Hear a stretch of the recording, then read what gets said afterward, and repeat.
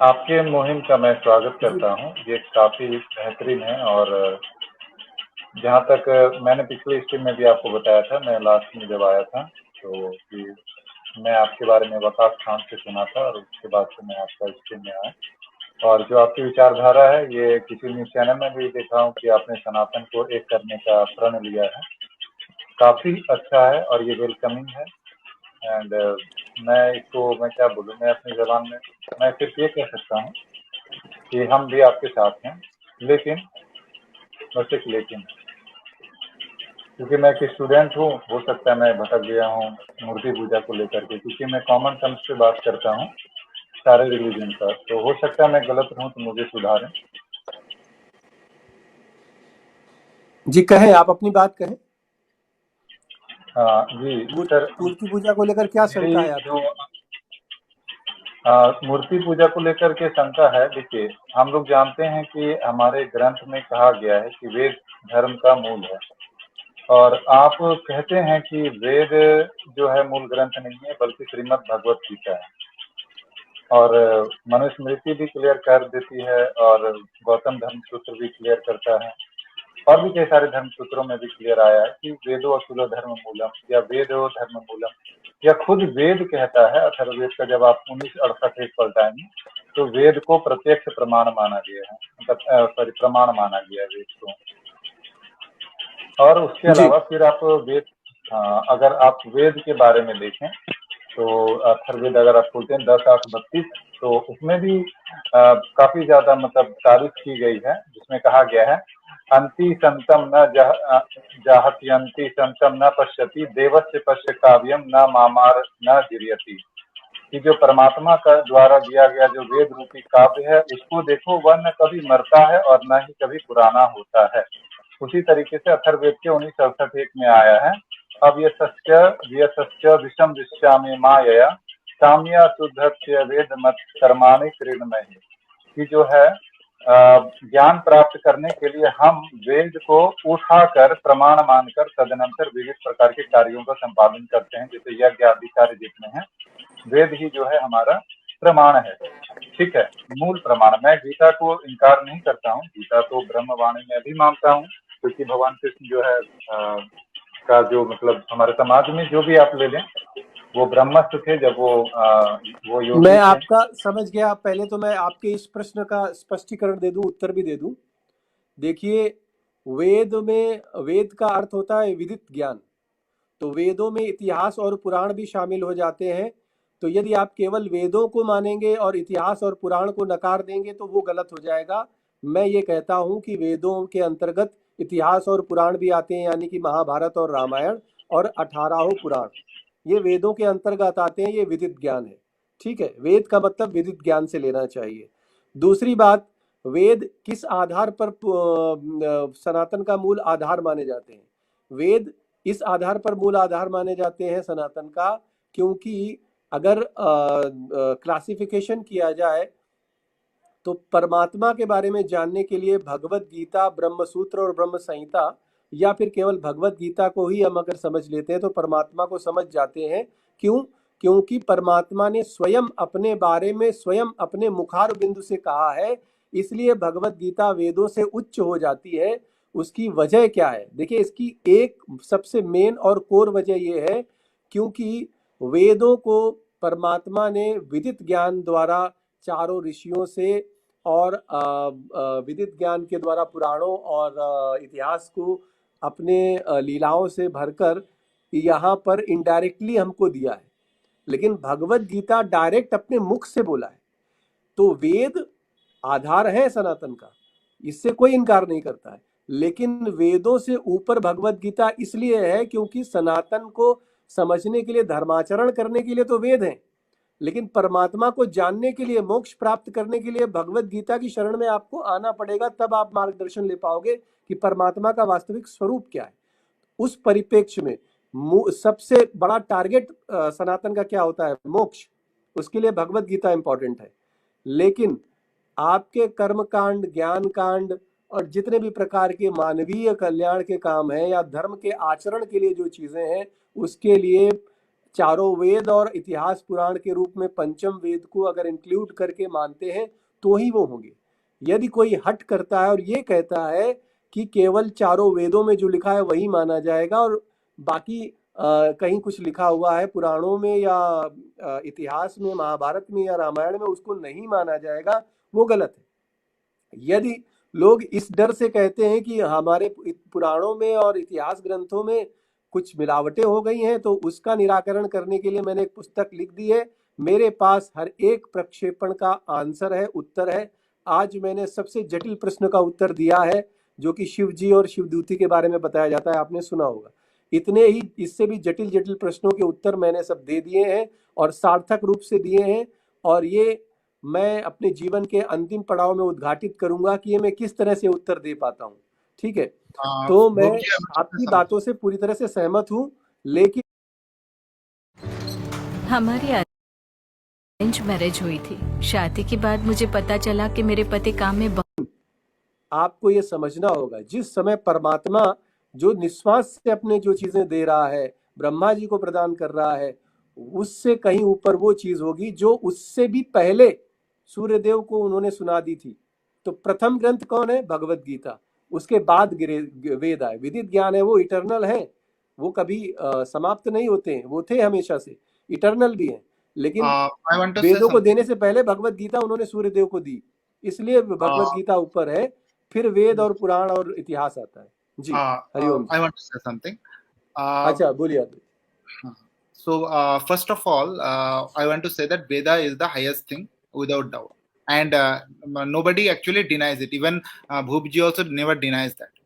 Number one. Number two is that one has to understand the text, because if you read the books of Vedas, then Brahmanas, Granthas are also considered as Vedas. Now, Shatapada Brahman says that Puran and Itihas Purans are also mandatory to be read. Okay, and that is the fifth Veda. Chandogya Upanishad says, Chandogya Upanishad is a part of the Yajur Veda, and it is a very important grantha. 7वें अध्याय का मंत्र 2 और 4 स्पष्ट रूप से कहता है Chandogya Upanishad is a part of Sama Veda, and it clearly it says, I can actually quote the verse also, and that verse clearly says that it is Chandogya Upanishad 7.1.2 that says that Itihas Puranam Panchavedanam. Itihas Puranam Panchavedanam, that is that Itihas Puranas are actually the fifth Veda. मैं ये श्लोक भी पढ़ देता हूँ, अद्वैत जी, मैं पढ़ देता हूँ। ऋग्वेदम भगवोद्येमि यजुर्वेद सामवेदार्थवणम चतुर्थाम इतिहास पुराणम पंचम वेदानाम वेदम मित्रम राशिम। तो ये सीधे सीधे कह रहा है, इतिहास पुराणम पंचम वेदानाम, यहाँ पर सीधे सीधे आया है। उसके बाद इसी का चौथा मंत्र भी यही कह रहा है। ठीक है, इतिहास पुराण पंचमो वेदानाम वेदा पित्रौ राशिर्देवौ। तो ये सीधे सीधे आ रहा है। तो हम केवल यही बात कह रहे हैं, ये थोड़ी कह रहे हैं कि वेद कम है कि ज्यादा है। हाँ, Itihas Puran is the Pancha Vedam. Even Chandogya Upanishad is a Shruti text. You cannot deny Chandogya Upanishad. The moment you deny Chandogya Upanishad, you are denying Vedas. Okay, because it is a Parishishta part. The Upanishads are part of the Vedas. Vedas can be have been divided into 4 parts. The number first is the Samhita part. Number 2 is the Brahman. Number 3 is the Aranyak. Number 4th is the Upanishad. This is the 4th the part of the Vedas. And broad Vedas can be divided into broad 2 parts. And broad 2 parts is Karma Kanda and Gyan Kanda. If you say the Karma Kanda is the supreme and only acceptable, then it is you are actually denying Vedas. So that is the thing. First of all, you will have to understand what is the meaning of the Vedas. Vedas have got 2 kind of texts there: the Karma context and the Gyan context. The Gyan context are taking the Puranas and Itihas Puranas as the part of the Vedas, is the 5th Veda. Now the thing is that where you are coming from, I'm answering that also, and Bhupji will be will actually confirm that also, that what happens is that in Vedas, with Itihas Puranas, those parts that are contradictory to the Vedas, that does not fit into the contradictory, actually the main purpose of the Vedas, that has to be discarded. Bhagavan Sankaracharya told that. Even Swami Vivekananda told that. So what is the problem? But if you say that no, Itihas Puranas are bullshit, then you are forgetting that even then you will have to decline Panini. Panini is not in Vedas. Can anybody show Panini is in the Vedas? Ashtadhyayi is in Veda. Nobody can show Ashtadhyayi in Veda. It is not even in the Vedangas. Vedanga grammar is different grammar. It is the grammar of the Shakalya or Durgacharya. You cannot show Panini in the Vedas, but Panini grammar you use all the time. Where from you are taking that? You are taking from the later Puranas only, the later editions only. So don't make our Hindu Dharma handicapped by saying that only we will follow the Samhitas. No, this is a bullshit. Can anybody show that Panini is there in the Vedas? No, you cannot show. But you are following Panini grammar. You are following Ashtadhyayi. Can anybody show that Natya Shastra is directly in the Vedas? No, you will have to follow Pingala's Natya Shastra. So like that, you cannot say that these are not in Vedas, I will not accept. This is bullshit. और सबसे बड़ी बात, मूर्ति पूजा का विरोध सबसे बड़ा जघन्य अपराध है। मूर्ति पूजा का विरोध सबसे बड़ा जघन्य अपराध है। सनातन की मूल आत्मा पे प्रहार है, ये भी समझना होगा। हरिओम तत्सत जी, आप अपने वक्तव्य रखिए, उसके बाद और भी लोग हैं तो उनको लेकर। I want to tell only one thing, Bhub ji, please allow me to tell. In Brahma Sutra, what it is said, Rachanano upapattascha nannumanam. What is the meaning of this? Rachanano anupapattascha nanumanam. Because the God is the what? That is you have to see this in line with the Antaryami Brahman. What is Antaryami Brahman? That everything has a body and a soul. This is what our great Ramanujacharya have told. That this universe has a body, it also has a soul.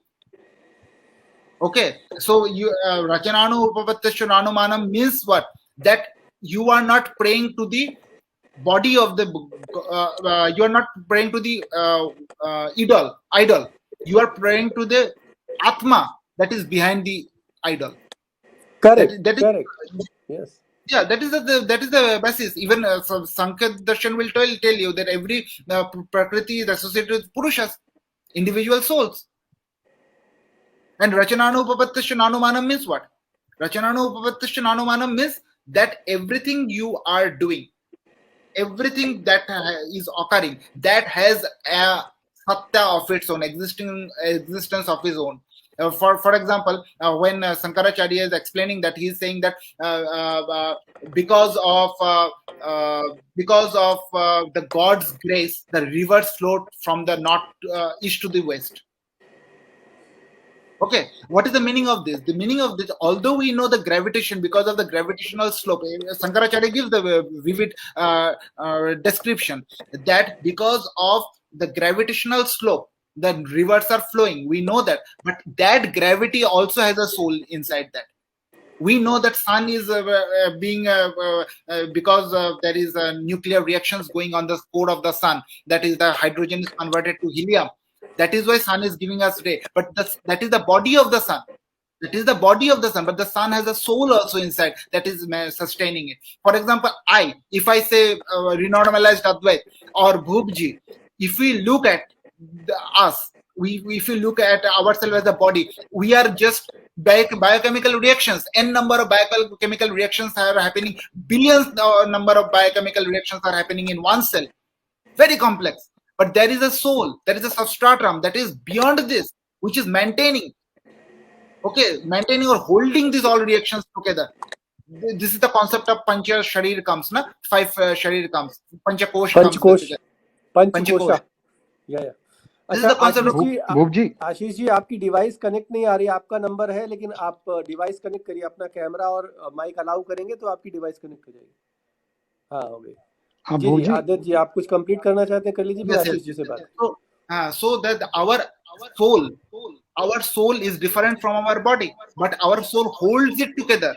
This is the Sutra Brahmana. If you want to go to the Vedas, I am telling you, this is the Sutra Brahmana, the one that holds us together. One holds their body. If that sutra goes away, if that connecting threads goes away, then what will happen? Our body will become loose, and that is what the drishtanta was given, the pearl necklace and the thread that is passing through the pearl necklace. That is the idea. Now, what is the meaning of this thing? The meaning of this thing is everything has got a vibhuti, has got a characteristic, and this characteristic is governed by a deity, and deity is the conscious part of that. The conscious part of that, that is the universe in the vyavaharik world, can be distinguished in two ways: conscious thing, unconscious thing. This is the purusha and the prakriti. Ultimately, if in the paramarthik sense, all the purushas merge into Brahma, consciousness, and everything is consciousness. Then we say Ishavvyasam idam sarvam yat kincha jagatyam jagat. And second verse we say that sarvam khalu idam Brahma. Everything that is exists, that is Brahma, we say. But in the vyavaharik sense, Purush and Prakriti exist. Soul and the matter exists. Soul and the nature exists. And every when you are taking that, here we'll have to apply the Arundhati Nyaya, Arundhati Darshan Nyaya, that yes, we are actually worshipping the idol of Rama, but by doing that, what we are doing is we are concentrating on his character, on his nature, on his exalted nature, and that is why we are worshipping those nature that will give us sattva guna. Yes, and that this is the best way. Krishna also. This is the best way to worship. Yeah, this is the best way. Arundhati Nyaya. Otherwise, how you know? How you know that God exists? Because ultimately you cannot see God. Is God pratyaksh? God is not pratyaksh. So how you go? You use certain vehicles, certain mechanisms to reach to the God. That is why in Bhagwad Geeta, in the verse, the chapter 2, verse 45, it is say that Traigunya Vishaya Veda Nastrigunya Bhavarjuna Nirdando Nitva Satya Sthito. Nirdando Nitya Satvasto Nir Yoga Kshema Atmavan. It is said in this way that the Vedas deal with the three modes of the nature, that is Satya, Rajagun, and Tamogun. The three types of gun is there. To get moksha, you will have to go above that. You have to transcend that, and that is the purpose of the what is known as the Gyan Yoga, the Gyan Kanda. That is the Upanishad. That is the Prasthanatrayi. And if you decline all these things, then you are becoming full. That you are thinking that all these things is Satya, Raja, Tama, Gun is the final thing. You will not get moksha. That is why I am very sorry to say, I don't want to tell anything about Swami Dayananda Ji Maharaj. But the thing is that he has failed to show there is mukti of the individual soul. No, he has not shown any individual. In that case, there is no mukti in his thing. But he has done very good things. I don't deny that when it was needed. But he also has some shortcomings. You will have to understand. That is what I. अच्छा करने से ज्यादा बुरा कर दिया है, जो आज हमें दिख रहा है. दुब जी, मैं एक पॉइंट ऐड करना चाहता हूँ. हाँ जी, दुब जी, मैं एक पॉइंट ऐड करना चाहता हूँ यहाँ पे. See, Bhagwad Upanishad 2:4 says that from the breath of God all four Vedas and Ityas Puranas came. So my question is, अगर भगवान का फॉर्म नहीं है, वो ओनली फॉर्मलेस ही है, तो ब्रेथ से कैसा है? फॉर्मलेस गॉड ब्रेथ लेता है क्या? नहीं रहता ना. सही है. वो एक ही नहीं है. संयोग उपनिषद 714, 712 ये दोनों पुराणास को भी, वेदास को भी, पंचम पुराणास को भी पंचम वेद माना है. At the same time Shrimad Bhagavatam में 1420 में भी पुराण को 5th वेद कहा गया. महाभारत 3:40-21 में भी महाभारत को व्यास जी ने 5th वेद कहा है. और श्रीमद् भागवतम 3:12-39 में भी पुराणास को 5th वेद कहा गया है. मैं भागवतम से एक श्लोक कोट करता हूँ. जन्माद्यस्य यतोऽन्वयादितरतश्चार्धेष्वभिघ्नस्वराट् तेने ब्रह्महृदयादि कवये मुह्यन्ति यत्सूरयः तेजोन्वारिमृतां यदा विनिमयो यत्र सर्गं मृषा धाम्ना स्वेन सदा निरस्तकुहकं सत्यं परं धीमहि. सेकंड लाइन क्या है? तेने ब्रह्म हृदयादि कवये मुह्यन्ति यत्सूरयः. दैट मीन्स भगवान ने पहले क्रिएशन के पहले ब्रह्मा जी के हार्ट में वेद को प्रतिष्ठित किया है. वेद दिया है, वेद का ज्ञान दिया है, दैट मीन्स हम वेद को मानेंगे, जो भगवान वेद को दिया उसको नकारेंगे, ये फूलिशनेस है ना। करेक्ट, द वैलिड पॉइंट, हैं? करेक्ट। नेक्स्ट, मैं भी सेम भागवतम से मैं एक वर्स कोट करता हूँ। धर्म प्रोजित कैतवोत्र परमो निर्मत्सराणां सतम वेद्यं वास्तवमत्र वस्तु शिवदं तापत्रयोन्मूलनम् श्रीमद्भागवते महामुनिकृते किन्वा परैरीश्वर सद्यो हृदि अवर्ज्यत्यत्र कृतिभिः शुश्रुतुभिस्तक्षणात्। ये क्या गया है? श्रीमद् भागवते महामुनि कृते किन्वा परैरीश्वर, दैट मीन्स ये भागवतम को है ना, ये भागवतम को है ना, ये महामुनि वेद व्यास जी ने लिखा है। अगर वो ये पढ़ने के बाद किसी और ग्रंथ का ये क्या है, उसका मतलब ये नहीं कि इसी वेद व्यास जी ने वेदास को कंपेल किया, पुराणास को भी कंपेल किया। अगर हम वेदव्यास जी का वेद को मानेंगे, पुराणों को नकारेंगे बोले तो ये कैसे चलेगा? वेदव्यास जी का वो इन द सेंस नहीं मालूम है क्या? वेदव्यास जी से ज्यादा जानते हैं क्या ये लोग? नहीं जानते हैं ना? Advait ji, please, sorry, I am taking dig here. सर्वोपनिषदो गावो दोग्धा गोपालनंदना. So what is the meaning of this? All the Upanishads are cow, and Sri Krishna have actually taken out. He is the milkmaid, Abel milkmaid, who has actually milkman, who has taken out all the extracts from all the cows. The milk he is giving us. Dogdha Gopalanandana. So we are taking the nectar, the holy nectar of all the Upanishads. So that is the Bhagavad Gita. Bhagavad Gita never deviates from any Upanishad. That is the highest Prasthanatrayi we consider. Yes, yes, that's why I'm See, saying we that don't, this is the highest one. See, we are not saying that. See, we are not saying that Vedas को हम criticise नहीं कर रहे, जज नहीं कर रहे, ये नहीं कर रहे। हम वेद को भगवान के वचन मानते हैं, और हम लोग क्या बोल रहे हैं, वेद और भगवद गीता सेम भगवान से आया है, इसलिए दोनों हम लोगों की इक्वल है। दोनों सनातन का वेद उपनिषद भगवद गीता ये तीनों बेसिस है सनातन का। हम लोग बोलते हैं कि हम दर्शन को लेके सनातन को बिल्ड करेंगे बोले तो दर्शन इन द सेंस ये सप्लीमेंट्री टेक्स्ट हो सकता है, बट दर्शन कभी भी हिंदुइज्म का फाउंडेशनल टेक्स्ट नहीं हो सकता, क्योंकि every nation has a different philosophy.